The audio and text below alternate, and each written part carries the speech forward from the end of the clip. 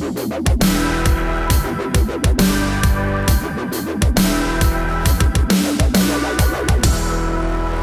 everybody, you know, Korea is often called America's forgotten war, but we seem to have another forgotten war, one that's ongoing, our longest war, the war in Afghanistan, the one that began a few weeks after 9/11 when President Bush ordered special forces in to topple the Taliban, and here we are, all these years later, still fighting them. But now there seems to be a glimmer of hope after all of these years of fighting. And I'm Steve Green with Bill Whittle and Scott Ott. This is Right Angle on BillWhittle.com. And listen, gents, I hit Defense One this morning, which is one of my favorite sites for military matters, and they had a really interesting story on a group of U.S. military leaders who call themselves the true believers about our ongoing mission in Afghanistan. And it's not something they've been true believers in this whole time since October of 2001, but something they've come to believe in very recently. Let's see, Scott, let me give you this intro. This is from the Defense One story. It said, up to now, as senior U.S. military leaders in Afghanistan see things, they've never really had a chance to win. The story says, as they see it, past years have brought only fits and starts on the battlefield and in the Situation Room. Troop surges, and you know the history of this war, this start-stop history. But now they say that they've got a new generation of NCOs and officers in the Afghan National Army who are actually worth something, and that Trump's new South Asia plan gives them permission to wage a sustained offensive air and ground campaign against what's left of the Taliban, and Afghanistan, they believe, finally has a chance to win. Scott, after all of these years, do you still have a glimmer of hope? I do, and I'm not sure what I hope for, though. You know, I've never doubted the capability of the American military to wage a successful campaign in Afghanistan. The question is, who defines success? And that is, you know, for at least 8 years, we've labored through this process, and probably longer, we've labored through this process of basically defining victory as minimizing the number of American dead and injured and getting out of there as fast as possible. And I see a different approach to that now. But it just occurred to me, Steve, while you were doing that introduction, that perhaps our very longevity or long-standing presence in that country was really the only thing that can ultimately win, because we literally had to raise up a generation of Afghanis who believed that we were in it for the long haul, who believed that we weren't there for personal advantage, whose minds and hearts could be changed over time from a whole society that is based on tribal loyalties into one where you actually do have some sort of Afghan nation.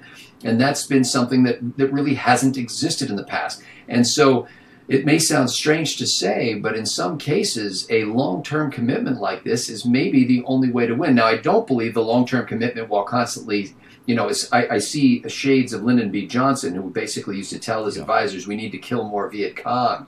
I mean, that was his whole strategy, was constant, like run up the death count on the other side. We don't really have a goal other than that, and, you know, try not to lose. But I think that we can't win this. I think the Afghan people have to win this. I think we can create the atmosphere within which we can win it. And we've seen recently bombings in Kabul, and you'd say, oh, things are going bad in Afghanistan. No, I think what that means is we've scared them out of their holes in the mountains, and we've chased them down so that the only thing that they can do now is hit soft targets. You know, Scott, you raise a really interesting point talking about generations. If you're a 20-year-old private or corporal in the Afghan National Army, that's all you've known is the presence of the American military. We've been there since that 20-year-old private was 3 years old, back to his very first memories. So maybe that is part of the key to winning, if winning can happen.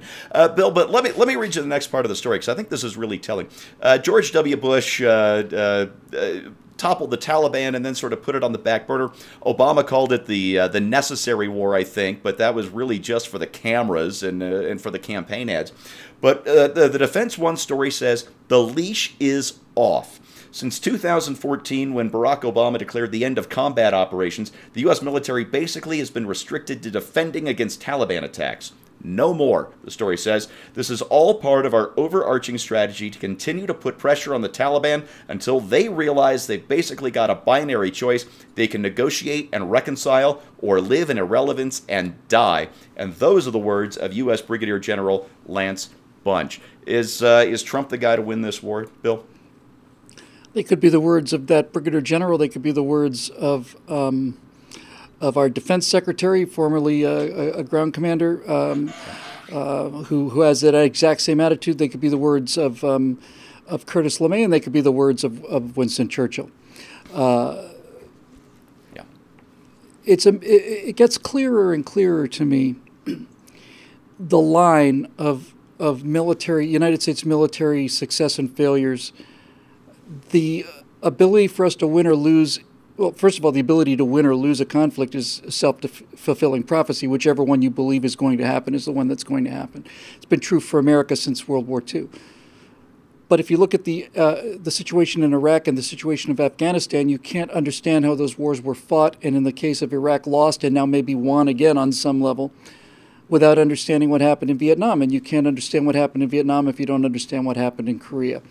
And really, Korea set the stage for this idea that we could be there and not be there, that we'd be at war and not be at war, that we would have combat operations, send our young men over there to be shot at, in many cases killed, and at the same time not have an objective of total victory.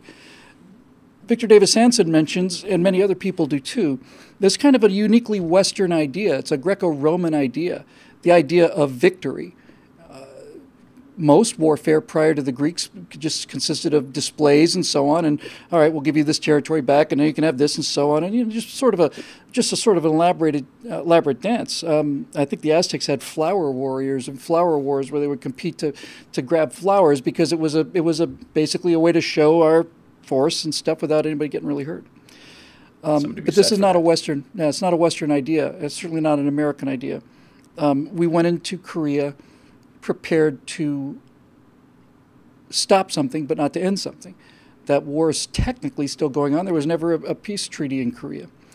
And that's why North Korea is a threat to us today, because North Korea was not defeated the way it should have been defeated if we'd been serious. The tragedy of Vietnam is that Vietnam could have been won rather quickly. We never lost a battle in Vietnam, and even at the very end of the war, as Nixon was winding it down, Creighton Abrams said, I will just take a tank column up the Ho Chi Minh Trail. We're not going to worry about people coming down the Ho Chi Minh Trail. We're going to go up the Ho Chi Minh Trail. We're going to go up the Ho Chi Minh Trail. We're going to park our tanks in the center of Hanoi, and then we'll dictate the terms of the peace agreement. And people said, well, you can't do that. We can't get more troops in here. And Abrams said, I don't need more troops. I got more troops than I could possibly use. I got too many troops. We're going to go, and we're going to attack the enemy, and we're going to defeat them. And when they're defeated them, the war will be over.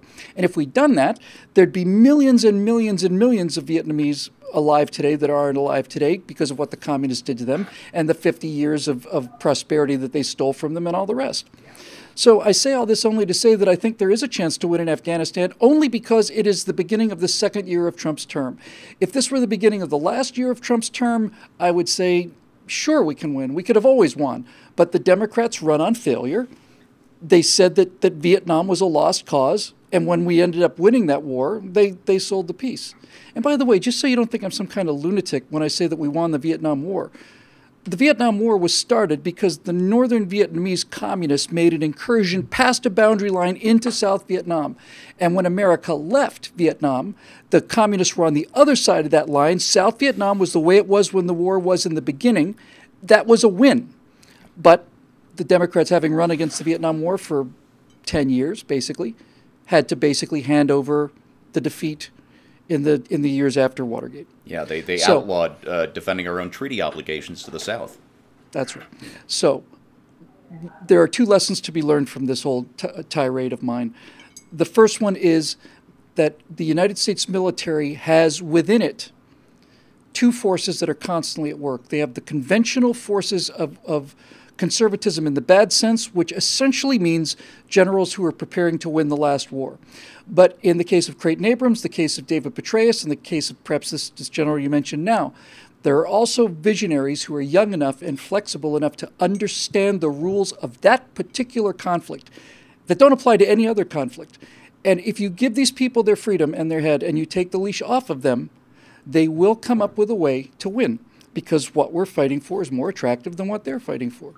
Yeah. And we just simply have to do it. We've been in Germany now for 70 years, almost 80, something like that. Korea for 60 years. We didn't have any problem with that commitment.